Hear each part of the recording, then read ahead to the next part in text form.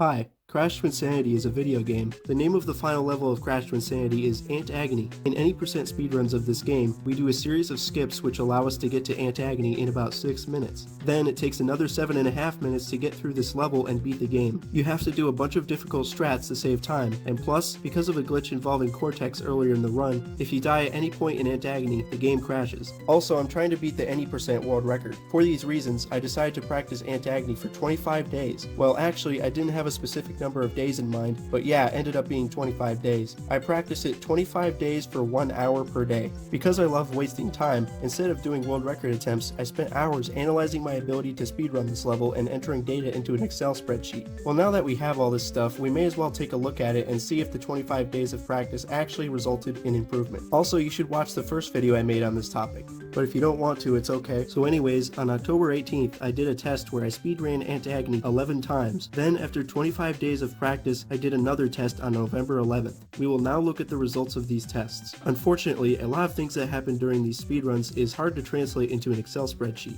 Dang it. So anyways, I divided Agony into 35 sections and then looked through each run to determine which sections I succeeded at and which sections I failed. Any mistake that lost 2 seconds or more, I counted as a failure. Here are all of the sections I failed more than once. You can see that in test 1, I failed 5 sections more than once, and in test 2, I only failed 2 sections more than once. However, if we look at the number of sections that I failed at least once, I actually failed more sections in test 2 than in test 1. Life is great. If we look at the total number of attempts, fails, and successes, you can determine the overall failure rate and the overall success rate for each test. So in test 1, I succeeded each individual section 95.19% of the time on average, and in test 2, that went up slightly to 95.99%. What an epic level of improvement. Also, in test 2, I got ball glitch twice, and I made a mistake on the second ball glitch that cost about 2 seconds, so I had to record that as a fail, resulting in a 50% success rate for ball glitch ball 1. That is wonderful.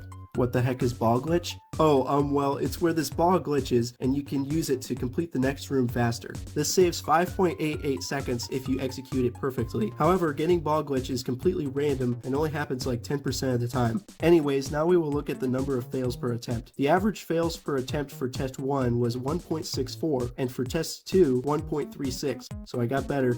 But I was really mad when I saw the results for the percentage of the time that I had to run with no fails, because in both test 1 and test 2, I only had 3 runs out of 11 with no fails, resulting in 27% for both of them. And in test 2, on attempts 9 and 10, I only had 1 mistake that cost about 2 seconds. So if I had not counted those as mistakes, I would have had a total of 5 mistake-free runs for a rate of 45%. So 2 tiny little mistakes turned 45% into 27%. Great job. Now we will look at the length of time each attempt took. Timing starts when I spin this ball at the beginning of the level and ends when I do this final jump near the end of the level. The average time for test 1 was 5 minutes and 3 seconds, while the average time for test 2 was 4 minutes and 57 seconds. Improvement is improvement. We can also compare the times of runs that had no deaths. Firstly, I had more deathless runs in test 2, so wow. Secondly, the average went from 437 to 434. Good job, you improved. Let's just conveniently ignore the fact that I got ball glitch on this 432. Let's see how these times compare to actual run attempts. I time Agony segments differently in speedruns, starting time at this cutscene and ending time when I beat the final boss, but I retimed these runs with the timing method I used for the tests so that they would be comparable. So in the current any percent world record speedrun of 13 minutes 40 seconds, my Agony time was a 437. My best ever Agony without ball glitch in an actual speedrun is 435. As you can see, I got a 434 and a 433 during the tests without ball glitch. Great job, buddy. My best ever run with ball glitch used to be this run, but then during the 25 days, I actually beat it with this run right here, where I got a time of 429. One of the biggest factors that affects your Agony time is this ant fight. The time that this fight takes varies significantly because these ants are in random positions when you reach this area, and the time it takes to kill 4 of these ants will depend on how favorable their positions are. The quickest way to kill them is to attract all of them to one location and kill them with the body slam. This is not always possible, however, and you may need to do 2 or more body slams to kill the 4 ants required to progress in the level.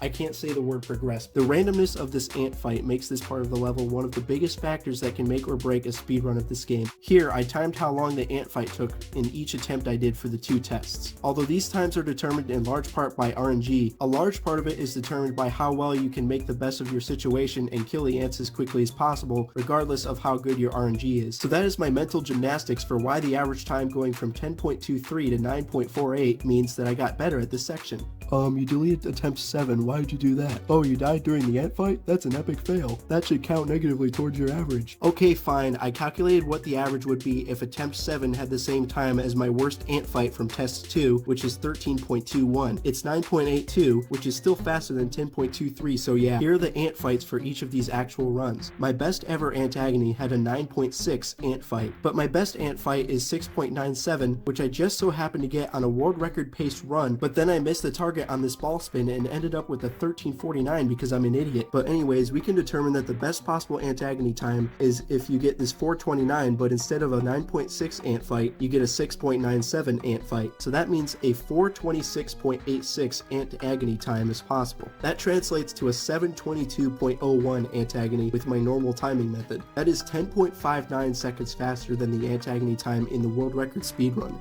If you combine a 7:22:01 ant agony time with my best first 3 segments, that means that the best possible Crash Twinsanity any % speedrun on a PAL PlayStation 2 is 13 minutes and 19.39 seconds. That means that my best time of 13:40.18 has 20.79 seconds of mistakes.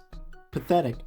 That run had bad ant RNG and no ball glitch, so it wasn't that bad. Alright, why are you even here? Can you just leave? So anyways, did I improve at ant agony? Well, let's look at a summary of all the stuff we've gone over. Time for an awkward way of presenting this information. The number of sections failed more than once went down. The percentage of sections failed went up. The section failure rate went down. The section success rate went up. The fails per attempt went down. The perfect run rate stayed the same. The average time per attempt went down. The average time per deathless attempt went down. And finally, the average ant fight time went down. I know we have an arbitrary number of metrics, but who cares? 7 of these metrics showed improvement, 1 of them showed regression, and 1 of them showed no change. 7 out of 9 things improved, so therefore the 25 days of practice resulted in improvement. Wow, oh my goodness, good job. So yep, video done. I will be making an update video that will talk about the future of these types of videos, so look for that. Anyways, bye!